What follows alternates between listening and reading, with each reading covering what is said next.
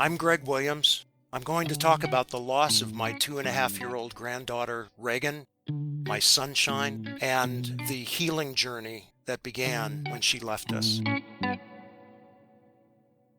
This is The Silent Why, a podcast with a mission to explore 101 types of loss and to hear from those who've experienced them. I'm Claire. And I'm Chris, and this is episode 54, in which we hear from Greg Williams from Cayuga, Indiana. He's an English teacher of 40 years and very much a family man. But also grieving the loss of his first of 12 grandchildren. His beloved Reagan, whose life ended at the age of 2.5 in 2006 because of the criminal actions of another. I found out that she had died when one of my daughters and I arrived at the hospital. I remember there being just a kind of a swirling around me. At this point, we didn't know exactly what had happened, but as soon as I kind of heard, it just didn't seem right. Reagan was a victim of shaken baby syndrome, and her mum's boyfriend Ryan pled guilty to killing her and was subsequently jailed. Since then, Greg, his wife Marsha, and Reagan's parents, Ian, their son, and Tracy, and the rest of the family have had to come to terms with this cruel loss. I cried every day for 3.5 years, every single day, because I felt like if I ever stopped crying, I was somehow dishonoring her memory. And not only that, but also processing being so badly let down by the systems in place to stop harm coming to children. In America, that's the Department of Children and Family Services. I got a phone call very early that Monday morning, and they said, "We understand that you have a concern about a child who is being abused," and I said, "Not anymore. It's a little too late." But out of the tragedy has grown hope and awareness, advocacy for other children through a charity the family set up called Reagan's Rescue, and a wider network of support and community, all part of the healing journey. The grief never goes away, but you find a way to live with it, and that's important. It's just amazing the support that we had. We do not grieve alone. Greg is a great example of what a tragic grief like this can look like when you allow yourself to feel it for as long as you need to and in all the ways you need to. So let's hear more from him as we get our chat underway. My name is Greg Williams. I am an English teacher of 40 years. I live in Cayuga, Indiana with my wife Marsha and 2 dogs and a cat. We have 5 children. My oldest daughter was born in 1982. We have 12 grandchildren now, and 4 of my children live in the area, so we see each other regularly. It's a whirlwind of activity. Now the kids are involved in cheerleading, football games, and soccer practice, and dance and theater, and so forth. We are constantly on the go. We're blessed to have them around us. It's an active family. So how would you summarize your experience of being a parent, being a dad, and then being a granddad? I think one big difference is that when you're a parent, you can talk to your children directly, and you can kind of guide and tell them sometimes what to do. When you're a grandparent, you don't want to interfere. You may have wisdom that they don't. You've gone through what they are dealing with right now. They sometimes will reach out to you. Often, though, our kids as parents would not contact us because they didn't want us to feel like they were not doing the job properly. But I think for Marsha and me, the challenge of knowing how much to interfere, how much advice to give, was difficult for us. We wanted to intervene sometimes, and maybe we should have done more. But you kind of stand at the back of the circle and look at what's going on, and you can't always get directly involved. So Reagan was your first granddaughter. Yes. Tell us a bit about what your relationship with her was like. Well, Reagan, my first grandchild, her parents were my son, Ian, and his then girlfriend, Tracy. Ian and Tracy split up about 8 months after Reagan was born. They stayed friends. They shared parental duties. Reagan I called her my sunshine. When she would come to visit us, she typically would come in the door, and the first thing out of her mouth would be Papa, Papa, which was her name for me. When I held her, she fit just right. Like there was a place on my chest that was meant just for her. And we had a really remarkable relationship for those 2.5 years. And then there was a point, obviously, when you started becoming a bit more concerned about her. And I know it just really stuck in my mind when I spoke to you before that you said you wrote something in your diary on the 26th of October 2005. So tell us a bit about what that was and why you were becoming concerned. Okay, October 26th, 2005. My precious little one, I am so frightened for you. We found out that you got hurt over the weekend while your mom's boyfriend Ryan was watching you. We first heard that you fell off the couch and then that you ran into a glass coffee table while Ryan was in another room getting a drink. When your mom and dad took you in to see the doctor, he suspected that the extent of your injuries did not match the story and that abuse might have happened. Someone from the Department of Children and Family Services is supposed to come out and investigate.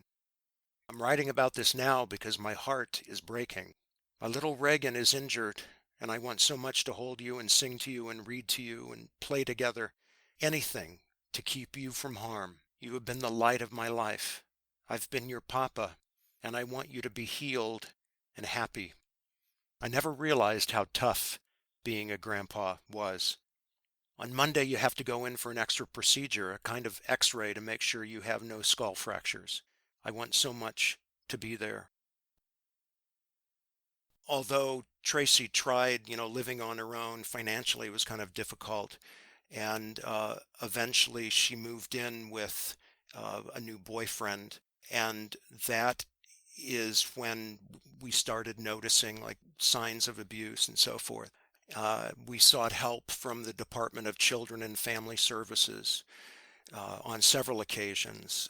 Reagan's daycare provider also put in a call to DCFS, and we were turned away on numerous occasions. The other investigation was determined to be unfounded. So we were extremely frustrated with the system. And even though you don't think that something like this would happen, some kind of tragedy like this would happen, and maybe you've, just by saying we're watching, we're paying attention and we've already called the authorities, and you think, okay, we're okay. We've prayed about it in church and she is safe. July 2nd, 2006, we got a phone call, and she had lost consciousness at home. It was a Sunday morning, and by the time we got to the hospital, she had passed away. The cause was shaken baby syndrome or abusive head trauma, and the perpetrator was her mother's boyfriend. What do you remember about your response? What was that like? How did you respond to hearing that news? I found out that she had died when one of my daughters and I arrived at the hospital. Marsha was already there, and I walked into the waiting room, and Marsha came up to me, her eyes filled with tears, and she said, "She's gone." I remember there being just a kind of a swirling around me. I couldn't quite get it together.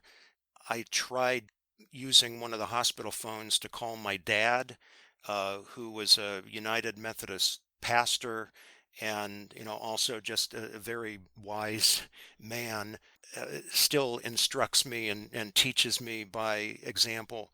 I tried to get him on the phone. I couldn't even figure out how to dial, and so someone else had to do that. And I remember just family, some of Tracy's family was there. The boyfriend Ryan was there. At this point we didn't know exactly what had happened, but as soon as I kind of heard the things that had transpired at Tracy and Ryan's house that morning, it just didn't seem right.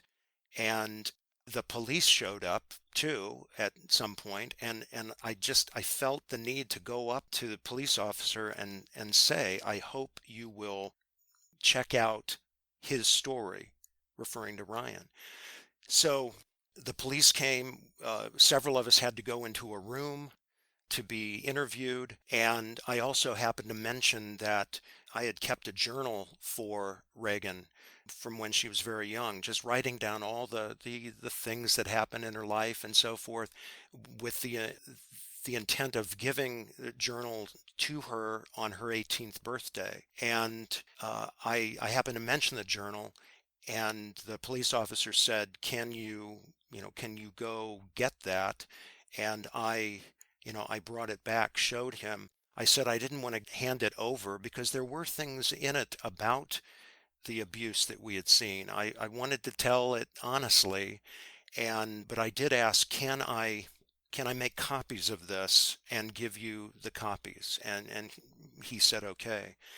But that again started, this whole series of investigations and so forth. I know when we went home that evening, a lot of Ian's friends showed up on our porch, and I I remember having a kind of a breakdown that evening. I used to sing "You Are My Sunshine" to Reagan, and I remember sitting there in our den at the time, and Marsha was there, and I was kind of just humming that to myself, and I said to her, they took my sunshine away. There's the line, "Please don't take my sunshine," and they took my sunshine away, and I just lost it. It would not be the last time that kind of thing happened.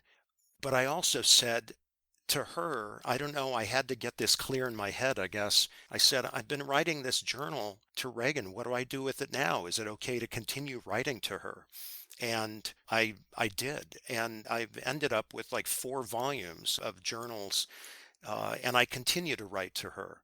Obviously it's not for her anymore. I've given a few of the early volumes to my son already, but it's become therapy for me. And it was one of the ways that I dealt with everything by writing to her. I feel when I'm writing to her in that journal like she is standing beside me, listening to me, and we have a conversation. Also, frankly, there were things, amazing things that happen. Call them coincidences, call them fate. I don't know, signs that I would write down as they occurred. And those kind of got me through as well. They were part of the healing process. I've obviously had 15 plus years to work out how to retell that in such a short and simple way, but at the time that was spread out, from the sounds of it, over many weeks and months before, and concerns, and then right through to getting that such tragic news. So what do you remember about that season, that time? When I think back to all of that time leading up to it, the thing that really stands out is that frustration with our social services system. It is in many ways a broken system, and I'm sure it's probably true of many countries. The social workers are overworked. There are not enough of them. I think that, plus every chance we had to get together with Reagan and with the rest of the family, we kind of felt like, okay, we're safe up to this point. Everything should be all right. There are pictures of her on Easter Sunday, and this would have been just a few months before she died, with my other grandchild at the time, my second granddaughter, and they're sitting out, in our front yard. They're in their little Easter dresses and so forth, and it was just a sweet moment. You look at those pictures, and then you think ahead to what would happen a few months later, and it's still in many ways unbelievable after all this time. Reagan's death then was ruled a homicide, and because of that, while we're grieving, we also had to add to that all the official procedures now: autopsy, inquest, police investigation, reporters from the news media, knocking on our door. There was an internal probe from the state of Illinois on the DCFS office. There were medical inquiries, and And about a year later, when charges were finally filed, now we had the state's attorney involvement and lawyers and court appearances and hearings and continuances and so forth. And it went on for several years. So we're trying to manage both our personal loss and all of this other stuff going on that we were not used to at all. I mean, this was all brand new. At the same time that all of this was happening, we had an extra layer to it, and that was very early on. The family came together and said, we don't want Reagan to be just another statistic, another child abuse statistic. We want her to become a cause because her brief life mattered. And so that's when the idea of Reagan's Rescue was formed, a public charity and child advocacy organization with two goals, really: to spread awareness of shaken baby syndrome or abusive head trauma, and to meet the needs of children and families at risk in basically Illinois, Indiana area where we lived. It must have been very hard to get any kind of, I want to use the word closure, but I don't want that to sound like it's closure on the grief. But when you heard Ryan talking about what had happened initially, he wasn't telling the truth, so he wasn't telling you what had happened. So was that very difficult even in those early days, because you didn't have an answer? You had your suspicions that something else had happened, so there was no immediate answer as to what had happened. Did that confuse the grieving process at all? I don't think it really confused the process. There were, as part of the investigation, there were lie detector tests taken. Really, Tracy and Ryan were the only ones in that house, other than their new baby, who is, I think, just several months old. And then there was Reagan.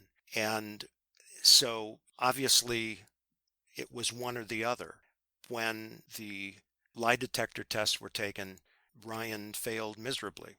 I didn't know this because, I watch television dramas and detective shows and courtroom dramas and so forth, and they always wrap things up in an hour. I did not realize in Illinois, anyway, that a lie detector test is not admissible in court. It gives the investigators a direction to go, but you could not get up there in the courtroom and say, well, look at everything that he lied about. So we were learning how the legal process works or doesn't work sometime, and that I think was a frustration as well. But again, we didn't want to dwell on that. If at all possible, we were now ready to work on this third component, which was we're creating this organization called Reagan's Rescue in her memory. And, that whole series of events and responsibilities then that kind of took our mind off of some of the grief that we had. Besides the grief, one of the most overwhelming feelings that Marsha and I had was guilt. We wondered, could we have done more? Should we have done more? Should we have taken the door slamming by the social services? Should we have taken that? Well, I've told some people I should have gotten in my car in the parking lot and hit the accelerator, and I should have driven through the front door of that place so that they would listen. As kind of a bitter irony, I guess, the day after Reagan died, I got a phone call very early that Monday morning from DCFS. And they said, we understand that you have a concern about a child who is being abused. And, I said, not anymore. It's a little too late. And I think they were at that point just trying to cover themselves a bit. So the guilt was tough. Yeah, and it's so awful because that guilt is actually it was just trust. You had trust in a system that would function as it should and would protect her in ways that you couldn't, and in ways they could intervene in which no one else could.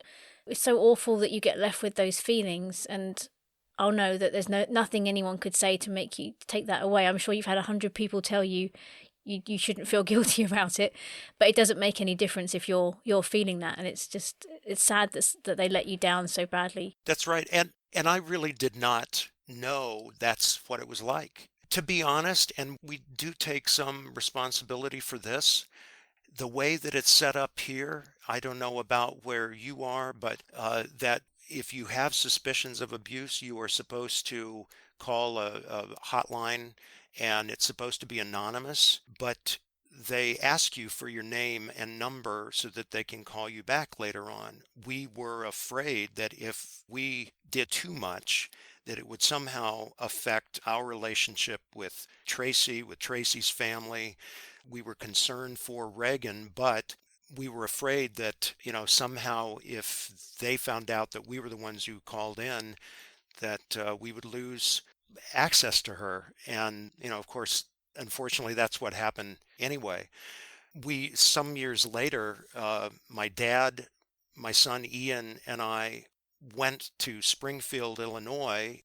We were living in Illinois at the time, so we went to the state capitol and talked to the director of the Department of Children and Family Services. We sat down with him and we said, what you tell people about, how to make a report, you have to be more clear about what anonymous means. You can't just call up and say, I'm not going to give you my name, but here's what I know. Because people, of course, human beings would be doing that to each other all the time, just out of spite. But we did not know it at the time. Again, this was absolutely new territory for us. And, we did suggest to him some ways that they could make the process more clear to anyone else who ever has to make that phone call. In terms of the guilt, when you were talking about just the weight of the guilt that you and Marsha both felt, how long did that last for, do you reckon? I think like grief, which, you never get over a loss, especially one that is so devastating. You get through it. I don't think we've ever fully let the guilt go. I think there will always be that guilt there. But again, you listen to those people who comfort you and say, you did all you could. And, you try to believe that as much as you can. One way of, I think, dealing with the guilt is, again, through our organization to try to make things better and to inform people who are in maybe some kind of abusive situation. We don't want other families to lose children. We don't want them to go through what we've gone through. And I think that's part of our, I don't know, maybe you call it penance or something like that, that we try to make the system better so that the guilt will begin to diminish. How do you think, and I know you haven't got a direct comparison for this, but how do you think the process of grieving a grandchild is different from grieving a child as a parent? Again, I think it has to do with that guilt we had. Like, should we have done more?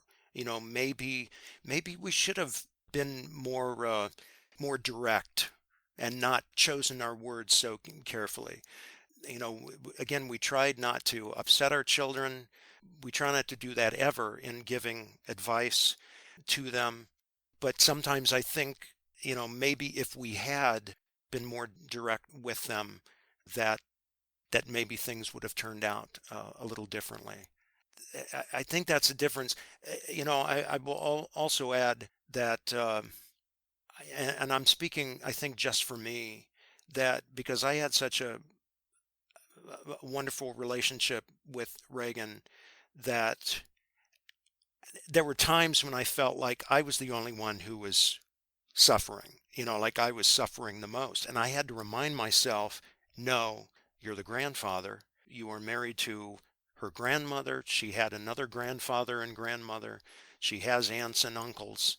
And she also had parents who loved her too. And it's a loss for everyone, not just for me. And I had to remind myself occasionally that it was just not my own personal loss. How is your time split when you're grieving like that? Because you've obviously got, like you said, you've got your wife, you've got your son, you've got Tracy, you've got all these other people grieving in very different locations, in different stages, in different ways. Is it a very sort of a selfish time when you can only really think of your own grief because it's just so all-consuming, or are you sort of having to split yourself and it's hard to look at your own grief? What does that really look like? I think one of the things that we learned, Marsha and I talked about this a lot, was that you have to negotiate grief. With Marsha and me, of course, we would sit on the couch together. We would cry in each other's arms. We would hold each other. But there were also days when, like, I would get up and want to go out on our front porch. We had, a covered front porch. We had wicker furniture. We had a swing. It is the very porch that we would be sitting there waiting for Reagan to come and be dropped off if we were going to look for her, or if I happen to be at school and I'm coming home at the end of the day, Marsha might be sitting on the swing with Reagan, and Reagan would be so excited when she saw me. So this porch was a very important place for us. And there would be times when I just needed to be alone and I would go out on the porch and sit. Well, if I didn't say anything to Marsha, she might come out on the porch and ask, "Are you okay?" And I'd say, "Yes." And then she would ask, "Do you want to be alone or can I sit with you?" And sometimes I wanted to be alone and sometimes I wanted her there. And the same thing would be true with her. And I had to be there for my children to celebrate their victories and their awards and so forth, and not be the downer all the time. And that's part of the negotiation process as well. Yeah, from a emotional or relational perspective, were there things that you and Marsha did in the aftermath that you look back on and think that was a really good thing? I'm really glad we did that. That was a really healthy thing to do. That has helped us in the long term. Well, obviously putting a lot of our efforts into Reagan's rescue, but I also think we got more interested in signs. Butterflies, for instance, had meaning for us. As a family, whenever we get together now, we say, "I love you," much more than we ever did before. The love was always there, but now we make sure to have proper goodbyes, and we say "I love you" as much as we can, because everyone needs to hear that. And again, you never know. I mean, this is the thing about life. You never know when it's going to end. And so you have to enjoy and appreciate and savor the moments that you do have together. We went to counseling, grief counseling, for a while, together sometimes and sometimes separately. My grief counselor said to me the way that I was kind of handling it, by writing in the journal, by finding little rituals that I would kind of schedule, that I was doing it in a very healthy way, because I was letting my grief out in small doses that I could handle. I would get to a place, I'd feel sad for some reason, I would cry over it, maybe write about it, and then I was ready to go on. Where, some of my children might bottle things up for long periods of time, and then when it did come out, it was almost volcanic, I guess. The rituals, I would go up on couple times a week to the cemetery, and I had a little camp stool, and I would sit there and talk to Reagan and so forth. I still have every Christmas Eve, I go up to be with her, and I read her a couple of Dora the Explorer Christmas stories that I have, and I sing to her and so forth. Rituals like that really helped me out. I cried every day for 3.5 years, every single day. First of all, just because of the overwhelming emotion. After a while, when the tears didn't come automatically, and that's part of the healing process, but I would stop and just think about everything and be again overwhelmed by it and start to cry, because I felt like if I ever stopped crying, that I was somehow dishonoring her memory. 3.5 years later, I was directing a musical production of The Secret Garden. And the Secret Garden is all about loss and grief and, reclaiming this garden, making it beautiful again. And I had a wonderful cast, very supportive. And I loved this show so much. And there was one day when I got home after rehearsal and I realized I didn't cry today. Of course, the next day at the rehearsal, I got the cast together and I said, I want to thank you because I think I have reached, an important point in my healing process that I don't have to cry every day. I can still honor Reagan's memory. It sounds like such a good example of how to, as we hear a lot, feel the feelings that you're feeling, which is not something that a lot of people allow themselves to do. People say time heals, and a lot of people get very angry with that statement. And some people say, I would think that's true. It seems to divide people we've spoken to. But I'm just wondering if maybe if you do grieve healthily and you allow those feelings out, if eventually the time does start to heal you in some way because you've allowed yourself to grieve to the full extent. And that might be 3 years, it might be 10 years, it might be 20 years. But what do you think of the statement that time heals? Have you seen that to be true in any way? I heard that a lot early on, give it time and so forth. And I didn't want to necessarily believe it in our case. But, that 3.5 year later moment, it snuck up on me.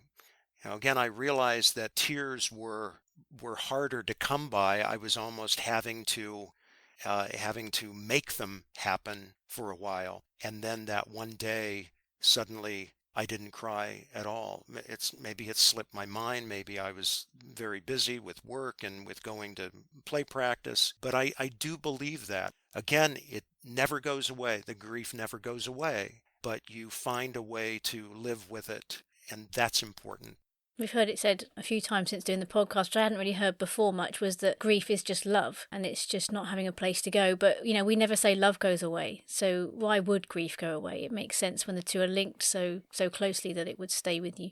Looking at all of the news reports from the death of Queen Elizabeth, she's been quoted. I remember her saying this originally, but it's been part of the broadcast. She said, grief is the price we pay for love. And I started thinking about my go-to quote, one of the most important quotes for me to get me through that healing process was from C.S. Lewis, A Grief Observed. Pain now is part of the happiness then.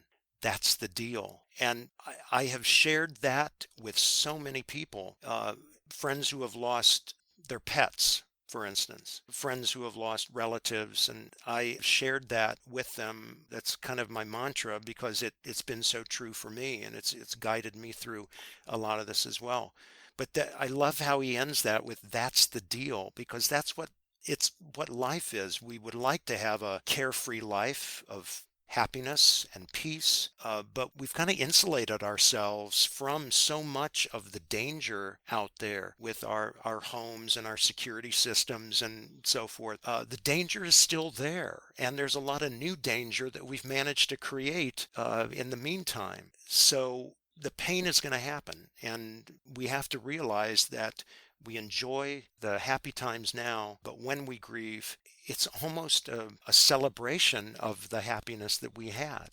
Have you found it's allowed you to appreciate the happiness more with other grandchildren, or did it bring in a fear of what if I have to go through this again? Marsha and I were talking about this the other night. I said sometimes, even though Reagan is not here physically, sometimes I feel like she is closer to me than my other grandchildren because I always have her with me. I always carry her with me. I wrote a poem some years ago about the screen door, which is on the front of our house that led out to that front porch. I mean, so many times we looked out the screen to wait for Reagan to come.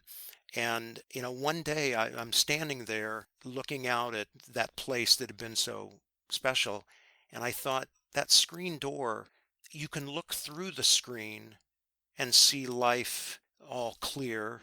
And that's kind of how I look through Reagan and through everything that happened with her at my life now. Or you can shift your focus and look at the screen itself, and the rest of the world kind of gets a little fuzzy. Sometimes I focus on Reagan and our time together, forgetting the rest of the world for a while. But most of the time, I'm looking through that screen at everything that happens to us. She never goes away. There have been a couple of times with my other grandchildren that they have had challenges, they've had hardships. And there's that part of you that says it can't happen again. Like we've given one of us already. There's no way that my other 11 grandchildren could ever be injured, hurt. We could never lose them. Of course, that's not entirely true, but we do think about Reagan, think about what we went through, and we have maybe more fear and anxiety when the other grandchildren and their parents are going through some rough times. There was something you said when we first started speaking that felt really special, but that was how you described how well Reagan fit, how well she fit on you when she was a small child. And that reminded me of a podcast episode that Claire did with another mother who talked about grief being a shape that just isn't welcome. It's a shape inside of you that just doesn't fit. With that in mind, did you find that you were quite okay with that sort of empty space that Reagan left to not be filled and will just carry on? Or were there other things that you tried to fill that void? As each grandchild has come along, I think I've tried to establish that connection again. And it's kind of hit and miss. My second granddaughter was like 8 months younger than Reagan, so they would have grown up together. She would get stiff when anyone other than her parents would hold her. I would try to hold her. I'd try to sing to her. She just didn't want to have much to do with it at all. We're very close now because she's taken over that responsibility of being the oldest grandchild, the oldest one of that generation. And I love her to pieces. But I think all of the grandchildren, in a way, have kind of gone through that test with me of, okay, which one of you is going to be the one that fits right there, and which is going to be kind of the, no, get away, grandpa. It kind of almost fluctuates, yes, no, yes, no, yes, no, through all of them. So, for people who are listening who might have been through something similar, how have you navigated the question of people asking you how many grandchildren you have? I always say 12, even though Reagan is not physically with us. Again, her life matters, and she is very much a part of our family. We have reminders of hers. I have in my study where I'm speaking from, I have what was her wooden rocking chair when she was younger, and I have it sitting there. At Christmas time, we pull out a special Christmas tree that was created for her, so she continues to be a part of the house. We have 12 grandchildren. Sometimes people talking to us will kind of falter and afraid to say the wrong thing, but we are 12. I think William Wordsworth wrote a poem called "We Are Seven," where the poet talks to a little girl about how many siblings there are. And even though several of them have died and everything, she continues to say, no, there are 7 of us. And that's how I look at the grandkids. We've spoken in the podcast with parents, and certainly when it comes to child loss and the support they had, it's new to speak to a grandparent. So from your experience, were there any really good and helpful things that your friends did or fellow grandparents to support you and Marsha to hold you up? As odd as it might sound, even early on with this terrible, tragic loss, there were blessings that started to appear right at the beginning. Our friends, our community held us up, and embraced us and physically would hug us and say, you are not alone in this. We are with you. You are our family. You are loved, and so forth. The churches, the first responders, the schools, individuals, they were there not only to support us emotionally, but also when we started our advocacy efforts. Fellow advocates, child advocates, locally, in the state, nationally, internationally, reached out to us as well. The friends we've made traveling to Shaken Baby Syndrome conferences and in various parts of North America, some of them with children who survived being shaken, some of them who lost children like we lost our granddaughter, businesses that supported us. It's incredible. There used to be a company called Boyd's Bears. They were just, really not beautifully designed stuffed bears that many people would collect. And Boyd's Bears named a bear for Reagan. I wrote to them and told them the story, and that one of the last gifts she ever got was from Marsha and me, a Boyd's Bear that we picked up when we were in Tennessee traveling, and she was actually buried with it in her tiny coffin. There's a playroom at our local women's shelter that was named Reagan's Room, it's called. It was created in her memory. It's just amazing the support that we had. We do not grieve alone, and that has sustained us as well. You mentioned a small coffin there. What part did the funeral play in processing what you were going through and having people around you at that point? As someone who thinks through things and likes planning, I jumped in that very first week and tried to plan the service as much as I could. I chose music that I thought was appropriate. You Are My Sunshine, I found a recording of that. Another song, kind of a campfire song called Tell Me Why, that I found. And I put the service together. That helped me, again, focus energies on something. We were all astounded by how many people showed up at the funeral. They just kept coming and coming, and people that I didn't ever expect. People who lived hundreds and hundreds of miles away, would show up to be there for us. Again, a lot of that is all kind of a blur, but it got us through that love that we felt. You mentioned the song there, Tell Me Why. Has why been much of a question for you? Because it must be very difficult when you've got a death like this that I've heard you mention is a preventable death, really. So does why kind of haunt you at all, or did you have to deal with that at some point? I think early on, the why part really affected my faith at the time because I belonged, and one of my daughters belonged to a praise band at our church. So we would rehearse every Wednesday night. There were probably 10 people in the band, and we would always end with a prayer circle and, would go around, what prayer concerns do you have, and so forth.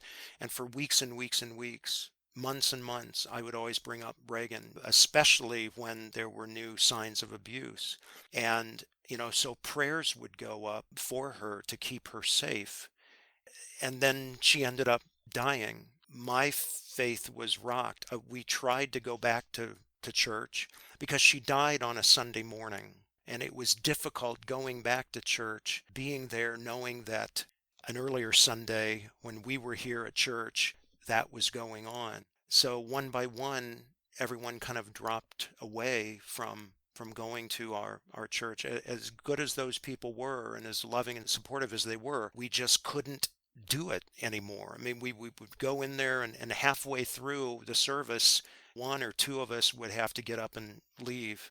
I personally felt let down by God, again, because I was always taught, if you pray for something, it will be given to you.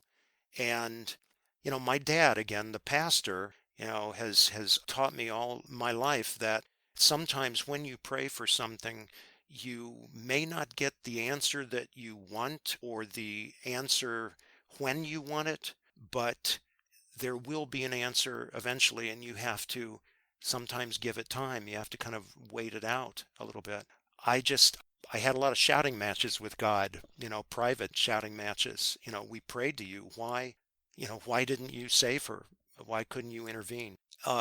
Eventually the whys go away. And I think you realize that nothing is guaranteed. Sometimes your best efforts don't work out.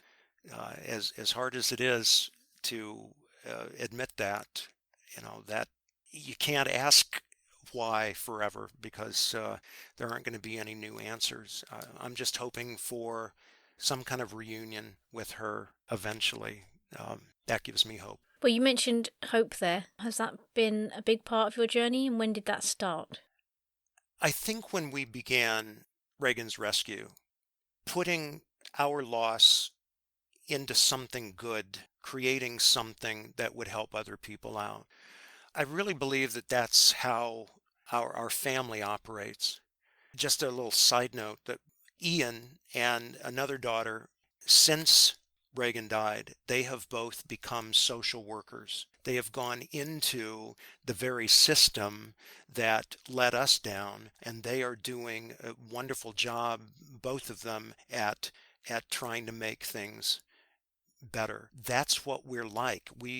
Our family, we care about abused children and animals and unfair treatment of people and so forth.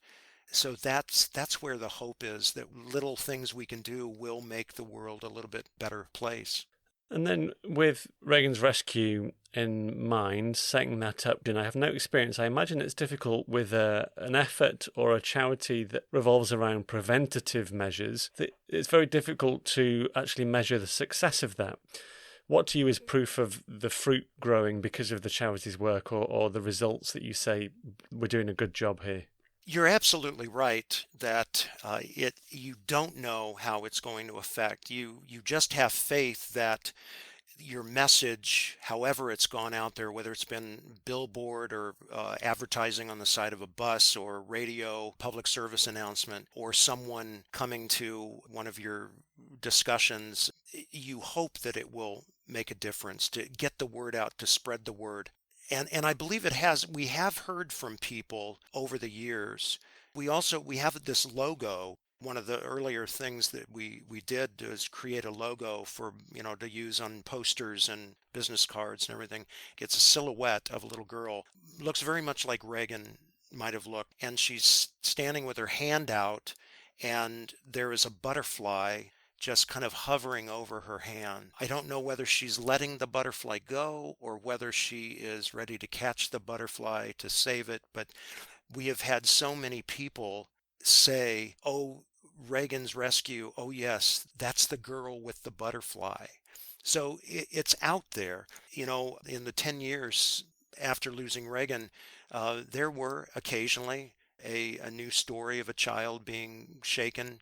And child abuse certainly goes on, but we've also seen the numbers go down quite a bit too in the area. So we're hopeful that something we've done has made a difference. Question I want to ask, because it's quite unique to situations where there's a criminal act involved. How important was justice in either processing it or putting some sort of conclusion on all the long court dates and inquiries and everything you were going through? Sometimes when we see on TV there's been justice achieved for something, the families are the ones that are focused on because they finally feel they've had some sort of closure on the situation. Was that the case for you at all? If we didn't get justice, we wanted some justice. Ryan spent, with all the continuances and all the delays that spread out over several years, he spent quite a bit of time in the public safety building, and he was not free to roam. He was incarcerated there. We reached a point as the defense and prosecutors, were kind of like working together on the case and figuring out what one was going to do and what the other was going to respond with. We started to see this kind of, okay, we'll bring in these people. Oh yeah, well, we'll bring in these people to say your people don't know what they're talking about. And we saw that kind of getting out of hand, because shaken baby syndrome itself is a somewhat controversial cause of injury or death. And there are experts out there for hire who will come in and tell you it doesn't even exist. Like, a child cannot be injured or killed by having it violently shaken and its head bouncing up against its skull. I think of football players, American football players who end up with concussion after concussion and end up with terrible brain damage when they're older. I mean, that's kind of what's happening with child. So we reached a point when our district attorney said, we can go to trial, and we can either let a judge decide or we can let a jury decide, and we can take a chance. But if we settle this, if there's a plea agreement, he would not spend as much time in jail, but at least you get something out of it. So we got together the thought of him walking, even after spending 2 or 3 years in jail waiting for everything to end. We still wanted that kind of vindication. So we went with a plea agreement, and he spent about 2 years in state prison. It could have been 0 to 14 years. The judge came right in with 7, but with time served, it was reduced to 2 years in a state prison. That was frustrating for us, but again, some justice rather than no justice. What have been some of the main elements of your experience that you've passed on to other grandparents when they ask questions about how do you deal with this? Actually, through my involvement with the National Center on Shaken Baby Syndrome, often grandparents around the country will call up the National Center and explain a situation that seems very much like ours. And it's grandparents who are saying, we just don't know what to do. Our children, our grandchildren are involved in this, and we just feel helpless. And the center often will forward that information to me. And I have had a chance to talk to grandparents about that from all over the country. I try to give them some practical steps to take, who to call, what to say, but I also, just try to let them know that they're not alone in this, and that they can always call whatever they're feeling. If they need to talk to someone, they can certainly do that. And for now, that's kind of the best that we can do. Hug your children and grandchildren, support them as much as you can. Talk to them. Be a little more open about what you are feeling with them, so that they know what the options are, that they can rely on you if they need to, and so forth. That if your kids, your grown kids who are parents, are having difficulty, it's no shame at all. Most parents go through that learning process. It doesn't mean that if they're having difficulty that they are somehow not effective or not doing their job. Been such a rich conversation, and we're so thankful for you sharing what you have, which has been a real blessing to us and will be to others as well. Final question then, Greg, what's your Herman? I have a brief story. Some years ago, my wife and I were driving from the Smoky Mountains of Tennessee back up north to Illinois. We started out early in the morning, and the sky was bright gold and blue. The thick mist covered the valleys around and below us. And the mountaintops around us were peeking out of that fog and that mist. It looked like a sea with little islands just stretching out as far as you could see. It was heavenly. Just a moment of pure grace. As we got into Kentucky and we started to drop in elevation, and we descended into the clouds, and suddenly everything was gray and drizzly and dark.